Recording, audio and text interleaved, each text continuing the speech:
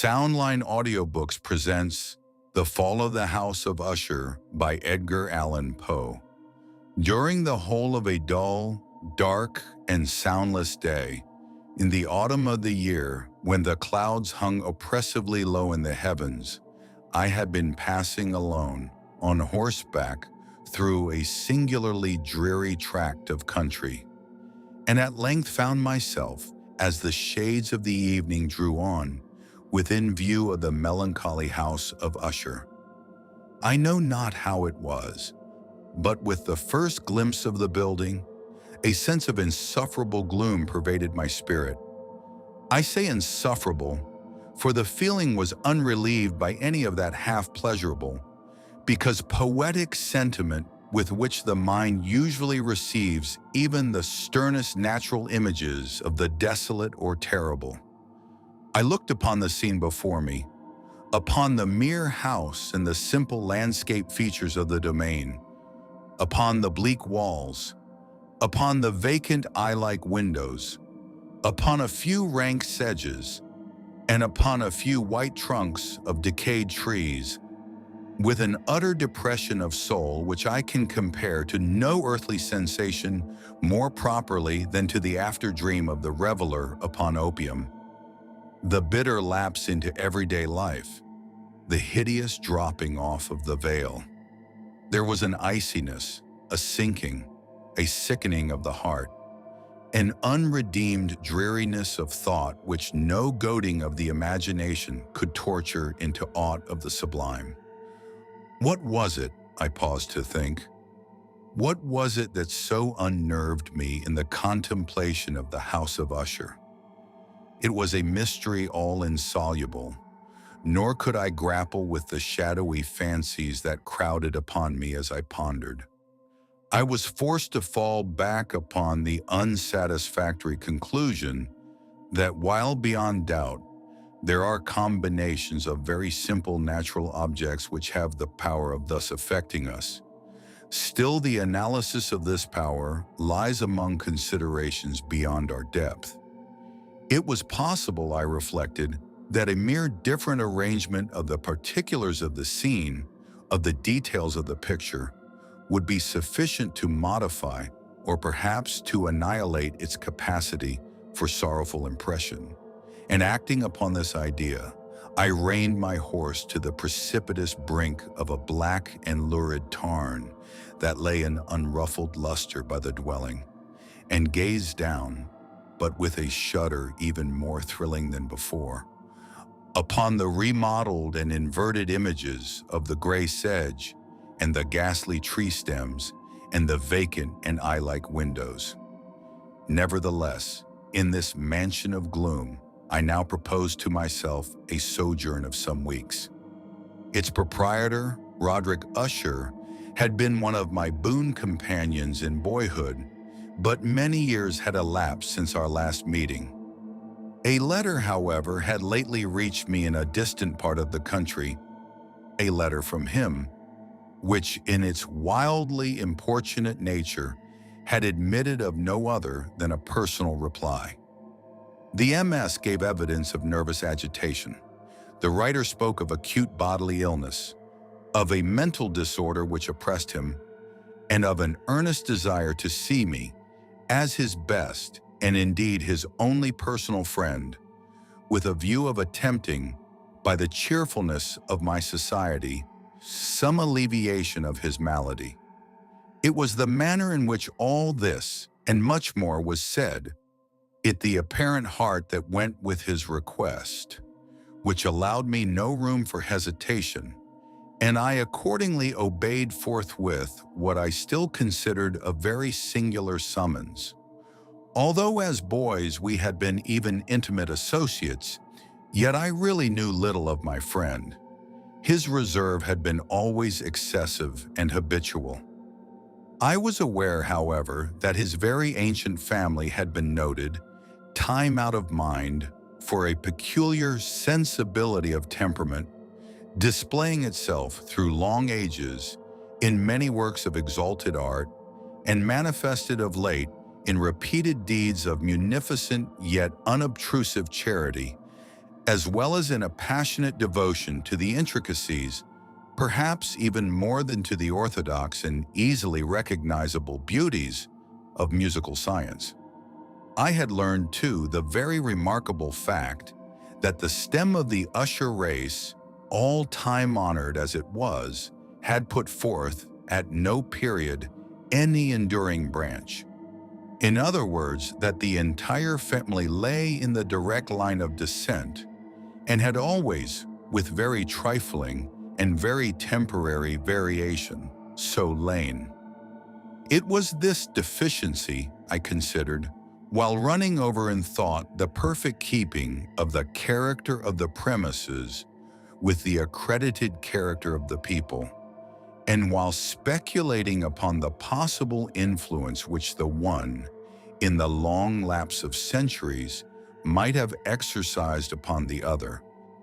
It was this deficiency, perhaps of collateral issue, and the consequent undeviating transmission from sire to son of the patrimony with the name, which had at length so identified the two as to merge the original title of the estate in the quaint and equivocal appellation of the House of Usher, an appellation which seemed to include, in the minds of the peasantry who used it, both the family and the family mansion. I have said that the sole effect of my somewhat childish experiment, that of looking down within the tarn, had been to deepen the first singular impression. There can be no doubt that the consciousness of the rapid increase of my superstition, for why should I not so term it, served mainly to accelerate the increase itself. Such I have long known is the paradoxical law of all sentiments having terror as a basis. And it might have been for this reason only that when I again uplifted my eyes to the house itself, from its image in the pool, there grew in my mind a strange fancy, a fancy so ridiculous indeed that I but mention it to show the vivid force of the sensation which oppressed me. I had so worked upon my imagination as really to believe that about the whole mansion and domain there hung an atmosphere peculiar to themselves and their immediate vicinity, an atmosphere which had no affinity with the air of heaven, but which had reeked up from the decayed trees and the gray wall and the silent tarn, a pestilent and mystic vapor, dull, sluggish, faintly discernible, and leaden-hued. Shaking off from my spirit what must have been a dream, I scanned more narrowly the real aspect of the building. Its principal feature seemed to be that of an excessive antiquity. The discoloration of ages had been great. Minute fungi overspread the whole exterior, hanging in a fine tangled webwork from the eaves.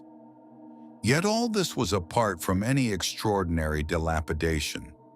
No portion of the masonry had fallen, and there appeared to be a wild inconsistency between its still perfect adaptation of parts and the crumbling condition of the individual stones.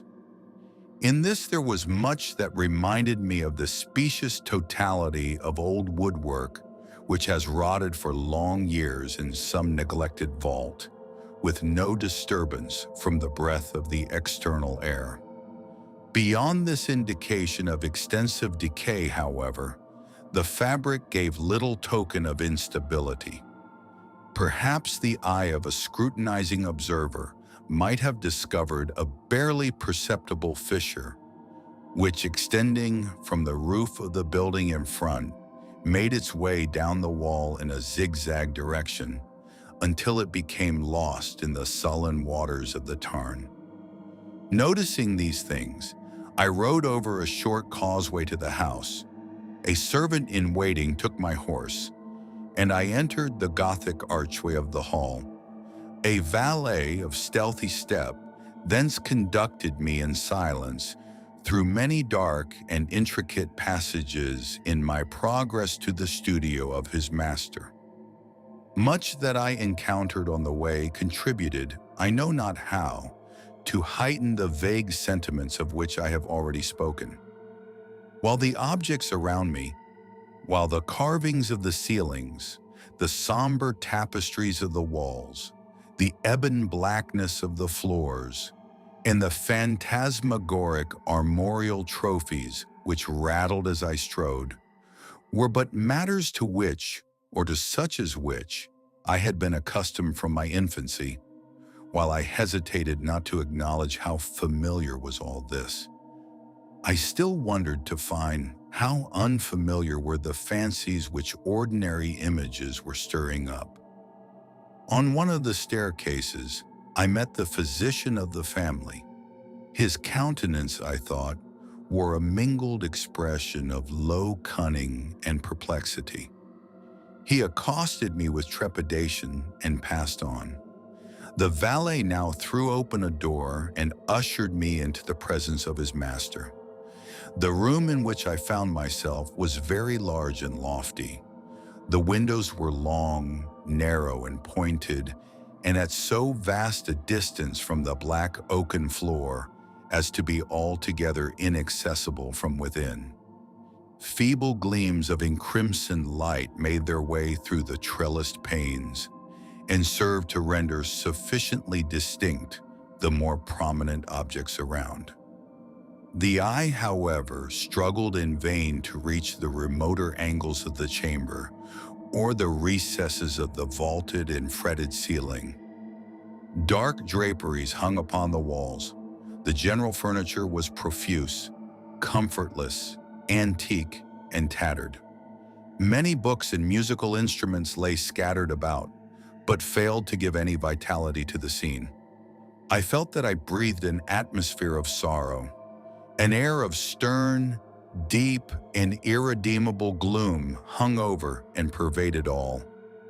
Upon my entrance, Usher arose from a sofa on which he had been lying at full length and greeted me with a vivacious warmth which had much in it, I at first thought, of an overdone cordiality, of the constrained effort of the ennuyé man of the world. A glance, however, at his countenance convinced me of his perfect sincerity. We sat down, and for some moments while he spoke not, I gazed upon him with a feeling half of pity, half of awe. Surely man had never before so terribly altered, in so brief a period, as had Roderick Usher. It was with difficulty that I could bring myself to admit the identity of the wan being before me with the companion of my early boyhood. Yet the character of his face had been at all times remarkable. A cadaverousness of complexion, an eye large, liquid, and luminous beyond comparison, lips somewhat thin and very pallid, but of a surpassingly beautiful curve, a nose of a delicate Hebrew model, but with a breadth of nostril unusual in similar formations, a finely molded chin, speaking in its want of prominence, of a want of moral energy, hair of a more than web-like softness and tenuity. These features, with an inordinate expansion above the regions of the temple, made up altogether a countenance not easily to be forgotten. And now in the mere exaggeration of the prevailing character of these features, and of the expression they were wont to convey, lay so much of change that I doubted to whom I spoke. The now ghastly pallor of the skin and the now miraculous luster of the eve, above all things startled and even awed me. The silken hair, too, had been suffered to grow all unheeded, and as in its wild gossamer texture, it floated rather than fell about the face, I could not, even with effort, connect its arabesque expression with any idea of simple humanity. In the manner of my friend, I was at once struck with an incoherence, an inconsistency, and I soon found this to arise from a series of feeble and futile struggles to overcome an habitual trepidancy, an excessive nervous agitation. For something of this nature I had indeed been prepared, no less by his letter than by reminiscences of certain boyish traits and by conclusions deduced from his peculiar physical conformation and temperament. His action was alternately vivacious and sullen.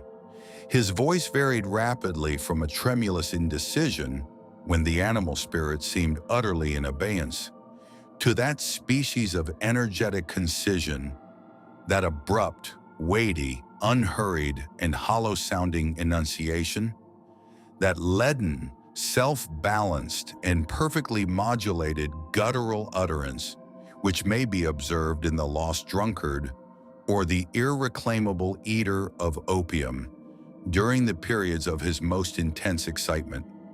It was thus that he spoke of the object of my visit, of his earnest desire to see me, and of the solace he expected me to afford him.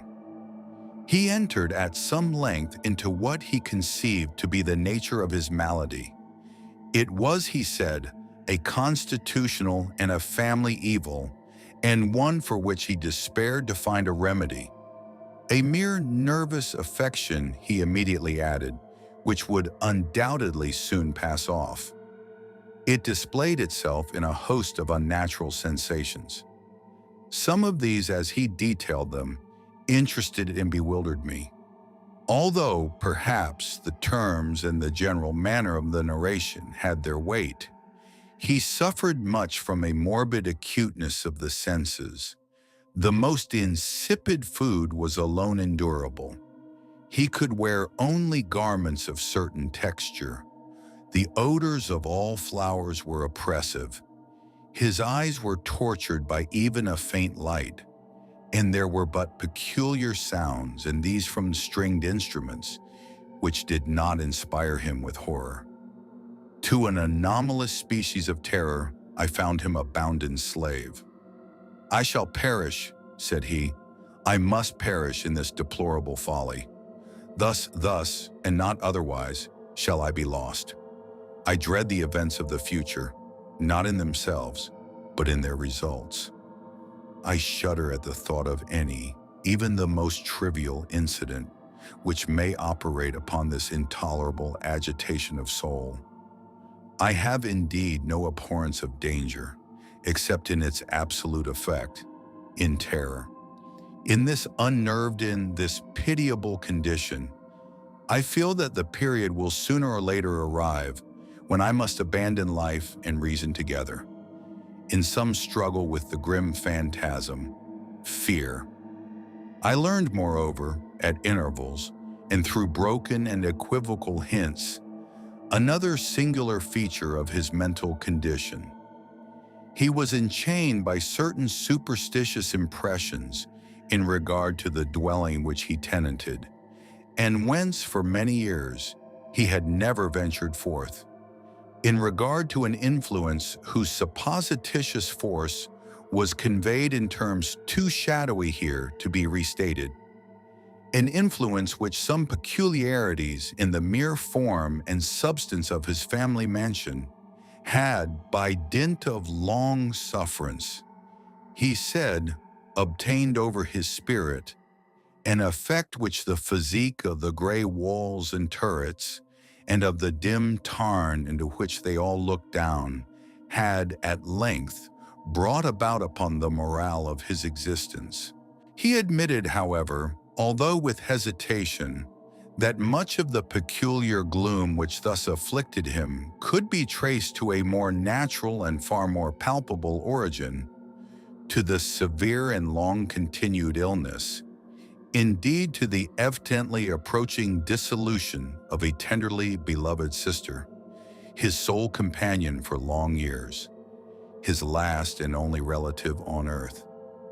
Her decease, he said, with a bitterness which I can never forget, would leave him the hopeless and the frail, the last of the ancient race of the Ushers. While he spoke, the Lady Madeline, for so was she called, passed slowly through a remote portion of the apartment and, without having noticed my presence, disappeared. I regarded her with an utter astonishment not unmingled with dread, and yet I found it impossible to account for such feelings. A sensation of stupor oppressed me as my eyes followed her retreating steps. When a door at length closed upon her, my glance sought instinctively and eagerly the countenance of the brother, but he had buried his face in his hands, and I could only perceive that a far more than ordinary wanness had overspread the emaciated fingers through which trickled many passionate tears. The disease of the Lady Madeline had long baffled the skill of her physicians. A settled apathy, a gradual wasting away of the person, and frequent, although transient affections of a partially cataleptical character, were the unusual diagnosis. Hitherto she had steadily borne up against the pressure of her malady and had not betaken herself finally to bed. But on the closing in of the evening of my arrival at the house, she succumbed, as her brother told me at night with inexpressible agitation, to the prostrating power of the destroyer, and I learned that the glimpse I had obtained of her person would thus probably be the last I should obtain, that the lady, at least while living, would be seen by me no more. For several days ensuing, her name was unmentioned by either Usher or myself, and during this period I was busied in earnest endeavors to alleviate the melancholy of my friend. We painted and read together, or I listened, as if in a dream, to the wild improvisations of his speaking guitar. And thus, as a closer and still intimacy admitted me more unreservedly into the recesses of his spirit, the more bitterly did I perceive the futility of all attempt at cheering a mind from which darkness, as if an inherent positive quality, poured forth upon all objects of the moral and physical universe in one unceasing radiation of gloom. I shall ever bear about me a memory of the many solemn hours I thus spent alone with the master of the House of Usher. Yet I should fail in any attempt to convey an idea of the exact character of the studies or of the occupations in which he involved me or led me the way. An excited and highly distempered ideality threw a sulphureous luster over all. His long improvised dirges will ring forever in my ears. Among other things, I hold painfully in mind a certain singular perversion and amplification of the wild air of the last waltz of Von Weber. From the paintings over which his elaborate fancy brooded, and which grew, touch by touch, into vaguenesses at which I shuddered the more thrillingly, because I shuddered knowing not why. From these paintings, vivid as their images now are before me, I would in vain endeavor to adduce more than a small portion which should lie within the compass of merely written words. By the utter simplicity, by the nakedness of his designs, he arrested and overawed attention. If ever mortal painted an idea, that mortal was Roderick Usher. For me at least, in the circumstances then surrounding me, there arose out of the pure abstractions which the hypochondriac contrived to throw upon his canvas an intensity of intolerable awe, no shadow of which felt I ever yet in the contemplation of the certainly glowing yet too concrete reveries of Fuseli.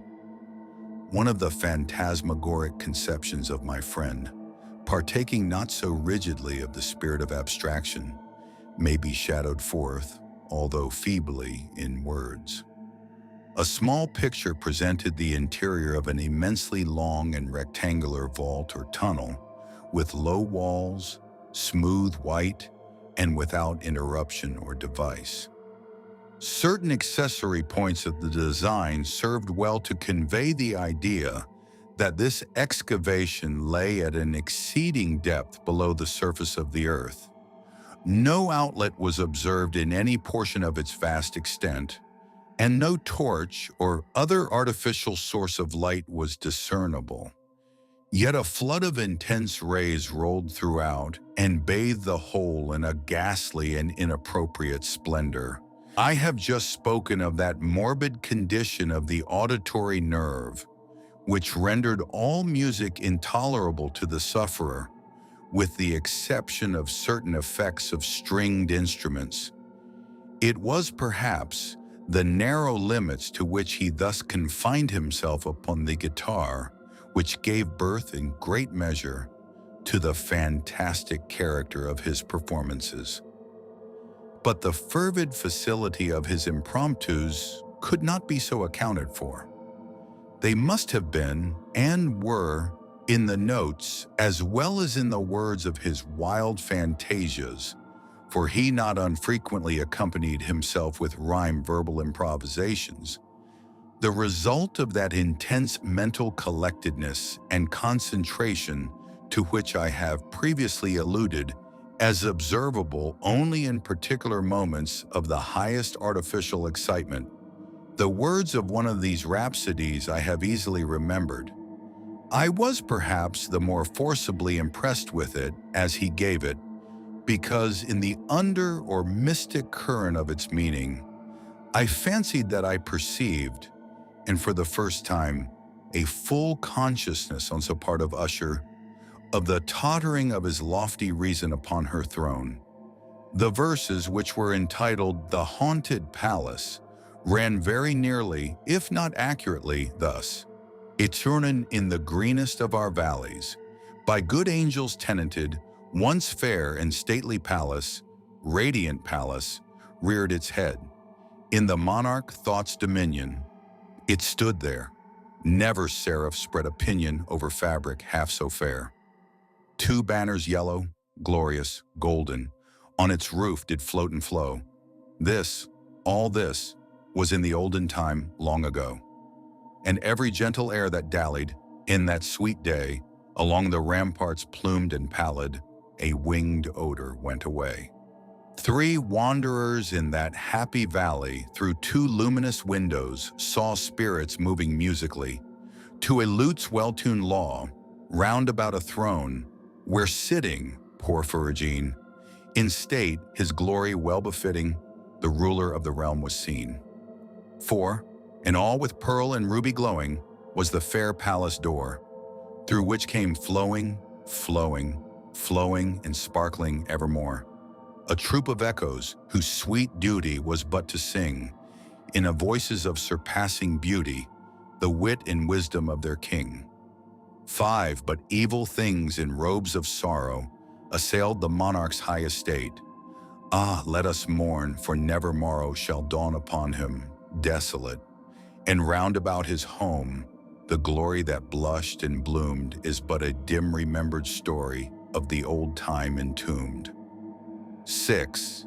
And travelers now within that valley, through the red-litten windows, see vast forms that move fantastically to a discordant melody, while like a rapid, ghastly river, through the pale door, a hideous throng rush out forever and laugh, but smile no more.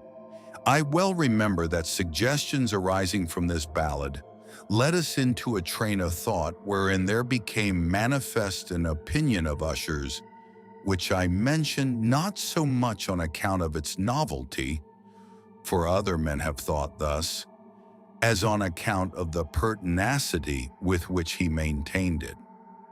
This opinion, in its general form, was that of the sentience of all vegetable things, but in his disordered fancy, the idea had assumed a more daring character and trespassed under certain conditions upon the kingdom of inorganization. I lack words to express the full extent or the earnest abandon of his persuasion. The belief, however, was connected, as I have previously hinted, with the gray stones of the home of his forefathers. The conditions of the sentience had been here, he imagined, fulfilled in the method of collocation of these stones, in the order of their arrangement, as well as in that of the many fungi which overspread them, and of the decayed trees which stood around. Above all, in the long, undisturbed endurance of this arrangement, and in its reduplication in the still waters of the tarn. Its evidence, the evidence of the sentience, was to be seen, he said, and I here started as he spoke, in the gradual yet certain condensation of an atmosphere of their own about the waters and the walls. The result was discoverable, he added, in that silent yet importunate and terrible influence, which for centuries had molded the destinies of his family, and which made him what I now saw him, what he was. Such opinions need no comment, and I will make none. Our books, the books which for years had formed no small portion of the mental existence of the invalid, were, as might be supposed, in strict keeping with this character of phantasm. We pored together over such works as the Ververs et Chartreuse of Gresset, the Belphegor of Machiavelli, the Heaven and Hell of Swedenborg, the Subterranean Voyage of Nicholas Klim by Holberg, the Chiromancy of Robert Flood, of Jean d'Indigene, and of de la Chambre, the Journey into the Blue Distance of Tieck, and the City of the Sun of Campanella. One favorite volume was a small octavo edition of the Directorium Inquisitorum by the Dominican Aymeric de Giron, and there were passages in Pomponius Mela about the old African satyrs and Aegipans, over which Usher would sit dreaming for hours. His chief delight, however, was found in the perusal of an exceedingly rare and curious book in quarto Gothic, the Manual of a Forgotten Church, the Vigilae Mortuorum Secundum Coram Ecclesiae Maguntinae. I could not help thinking of the wild ritual of this work and of its probable influence upon the hypochondriac, when one evening, having informed me abruptly that the Lady Madeline was no more, he stated his intention of preserving her corpse for a fortnight, previously to its final interment, in one of the numerous vaults within the main walls of the building. The worldly reason, however, assigned for this singular proceeding was one which I did not feel at liberty to dispute. The brother had been led to his resolution, so he told me, by consideration of the unusual character of the malady of the deceased, of certain obtrusive and eager inquiries on the part of her medical men, and of the remote and exposed situation of the burial ground of the family. I will not deny that when I called to mind the sinister countenance of the person whom I met upon the staircase, on the day of my arrival at the house, I had no desire to oppose what I regarded as at best but a harmless, and by no means an unnatural precaution. At the request of Usher, I personally aided him in the arrangements for the temporary entombment. The body having been encoffined, we two alone bore it to its rest. The vault in which we placed it, and which had been so long unopened that our torches, half smothered in its oppressive atmosphere, gave us little opportunity for investigation, was small, damp, and entirely without means of admission for light. Lying at great depth, immediately beneath that portion of the building in which was my own sleeping apartment. It had been used, apparently, in remote feudal times for the worst purposes of a donjon keep, and in later days as a place of deposit for powder or some other highly combustible substance. As a portion of its floor, in the whole interior of a long archway through which we reached it, were carefully sheathed with copper. The door, of massive iron, had been also similarly protected. Its immense weight caused an unusually sharp, grating sound as it moved upon its hinges. Having deposited our mournful burden upon trestles within this region of horror, we partially turned aside the yet unscrewed lid of the coffin and looked upon the face of the tenant. A striking similitude between the brother and sister now first arrested my attention, and Usher, divining perhaps my thoughts, murmured out some few words from which I learned that the deceased and himself had been twins, and that sympathies of a scarcely intelligible nature had always existed between them. Our glances, however, rested not long upon the dead, for we could not regard her unawed.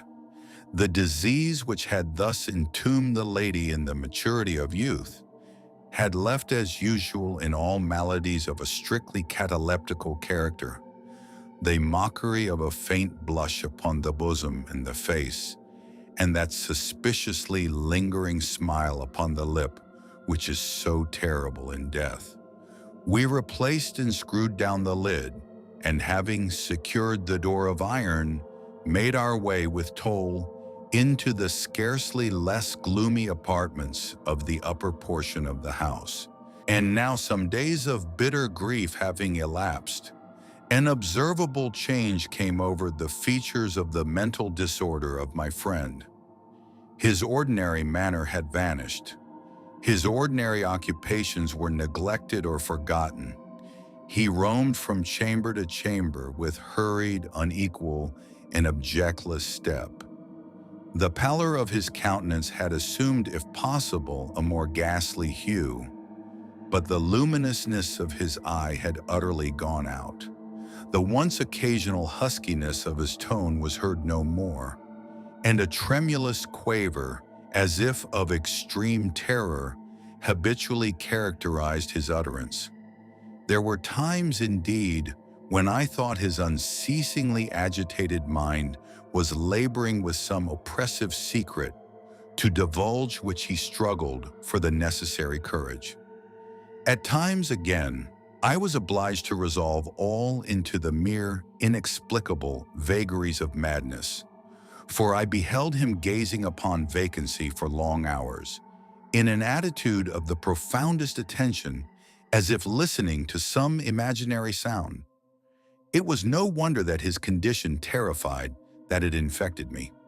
I felt creeping upon me, by slow yet certain degrees, the wild influences of his own fantastic yet impressive superstitions. It was especially upon retiring to bed late in the night of the 7th or 8th day, after the placing of the Lady Madeline within the donjon, that I experienced the full power of such feelings. Sleep came not near my couch, while the hours waned and waned away. I struggled to reason off the nervousness which had dominion over me. I endeavored to believe that much, if not all, of what I felt was due to the bewildering influence of the gloomy furniture of the room, of the dark and tattered draperies, which, tortured into motion by the breath of a rising tempest, swayed fitfully to and fro upon the walls and rustled uneasily about the decorations of the bed. But my efforts were fruitless. An irrepressible tremor gradually pervaded my frame, and at length there set upon my very heart an incubus of utterly causeless alarm. Shaking this off with a gasp and a struggle, I uplifted myself upon the pillows, and peering earnestly within the intense darkness of the chamber, hearkened. I know not why, except that an instinctive spirit prompted me to certain low and indefinite sounds which came through the pauses of the storm at long intervals, I knew not whence. Overpowered by an intense sentiment of horror, unaccountable yet unendurable, I threw on my clothes with haste, for I felt that I should sleep no more during the night, and endeavored to arouse myself from the pitiable condition into which I had fallen by pacing rapidly to and fro through the apartment. I had taken but few turns in this manner when a light step on an adjoining staircase arrested my attention. I presently recognized it as that of Usher. In an instant afterward, he rapped with a gentle touch at my door and entered bearing a lamp. His countenance was, as usual, cadaverously wan, but moreover, there was a species of mad hilarity in his eyes, an evidently restrained hysteria in his whole demeanor. His air appalled me, but anything was preferable to the solitude which I had so long endured, and I even welcomed his presence as a relief. "And you have not seen it?" he said abruptly, after having stared about him for some moments in silence. "You have not then seen it? But stay, you shall."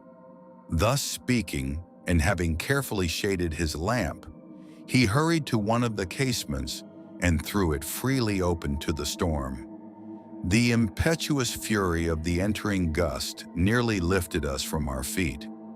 It was indeed a tempestuous yet sternly beautiful night, and one wildly singular in its terror and its beauty.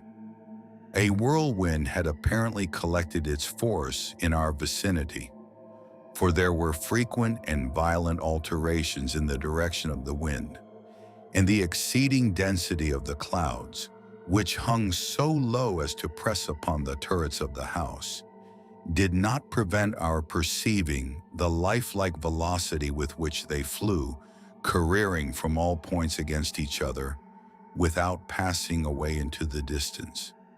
I say that even their exceeding density did not prevent our perceiving this, yet we had no glimpse of the moon or stars, nor was there any flashing forth of the lightning, but the under surfaces of the huge masses of agitated vapor, as well as all terrestrial objects immediately around us, were glowing in the unnatural light of a faintly luminous and distinctly visible gaseous exhalation which hung about and enshrouded the mansion. "You must not, you shall not behold this," said I shudderingly to Usher, as I led him with a gentle violence from the window to a seat. "These appearances, which bewilder you, are merely electrical phenomena not uncommon, or it may be that they have their ghastly origin in the rank miasma of the tarn. Let us close this casement. The air is chilling and dangerous to your frame. Here is one of your favorite romances. I will read and you shall listen, and so we will pass away this terrible night together." The antique volume which I had taken up was The Mad Tryst of Sir Launcelot Canning, but I had called it a favorite of Usher's more in sad jest than in earnest. For in truth, there is little in its uncouth and unimaginative prolixity which could have had interest for the lofty and spiritual ideality of my friend.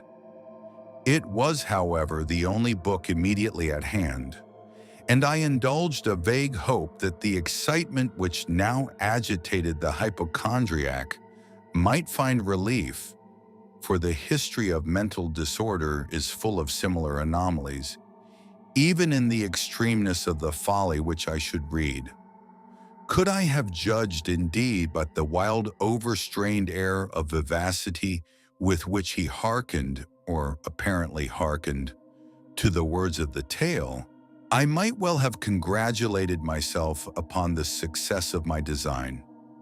I had arrived at that well-known portion of the story where Ethelred, the hero of the tryst, having sought in vain for peaceable admission into the dwelling of the hermit, proceeds to make good an entrance by force.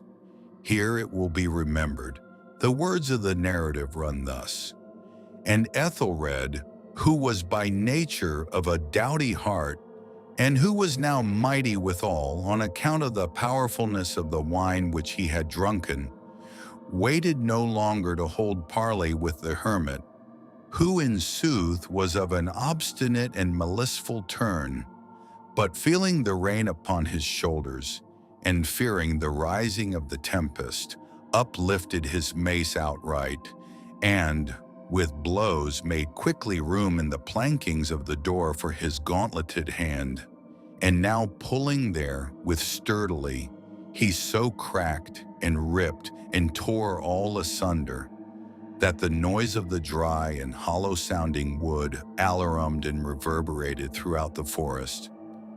At the termination of the sentence I started, and for a moment paused, for it appeared to me, although I at once concluded that my excited fancy had deceived me, it appeared to me that from some very remote portion of the mansion, there came indistinctly to my ears what might have been, in its exact similarity of character, the echo, but a stifled and dull one certainly, of the very cracking and ripping sound which Sir Launcelot had so particularly described. It was beyond doubt the coincidence alone which had arrested my attention. For amid the rattling of the sashes of the casements and the ordinary commingled noises of the still increasing storm, the sound in itself had nothing surely which should have interested or disturbed me. I continued the story. But the good champion Ethelred, now entering within the door, was sore enraged and amazed to perceive no signal of the maliceful hermit, but in the stead thereof, a dragon of a scaly and prodigious demeanor, and of a fiery tongue, which sat in guard before a palace of gold, with a floor of silver. And upon the wall there hung a shield of shining brass, with this legend enwritten: Who entereth herein, a conqueror hath been. Who slayeth the dragon, the shield he shall win. And Ethelred uplifted his mace, and struck upon the head of the dragon, which fell before him, and gave up his pesty breath, with a shriek so horrid and harsh, and withal so piercing, that Ethelred had feigned to close his ears with his hands against the dreadful noise of it, the like whereof was never before heard. Here again I paused abruptly, and now with a feeling of wild amazement, for there could be no doubt whatever that, in this instance, I did actually hear, although from what direction it proceeded, I found it impossible to say, a low and apparently distant but harsh, protracted, and most unusual screaming or grating sound, the exact counterpart of what my fancy had already conjured up for the dragon's unnatural shriek as described by the romancer.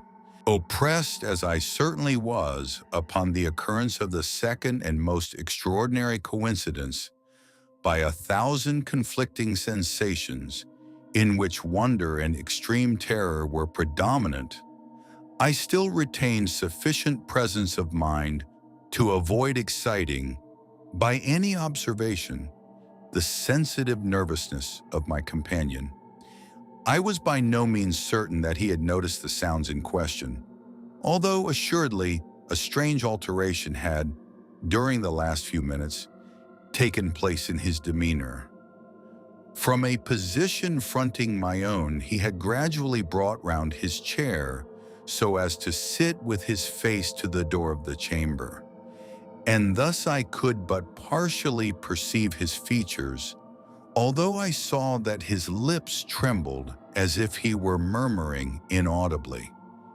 His head had dropped upon his breast, yet I knew that he was not asleep, from the wide and rigid opening of the eye, as I caught a glance of it in profile. The motion of his body, too, was at variance with this idea, for he rocked from side to side with a gentle yet constant and uniform sway. Having rapidly taken notice of all this, I resumed the narrative of Sir Launcelot, which thus proceeded.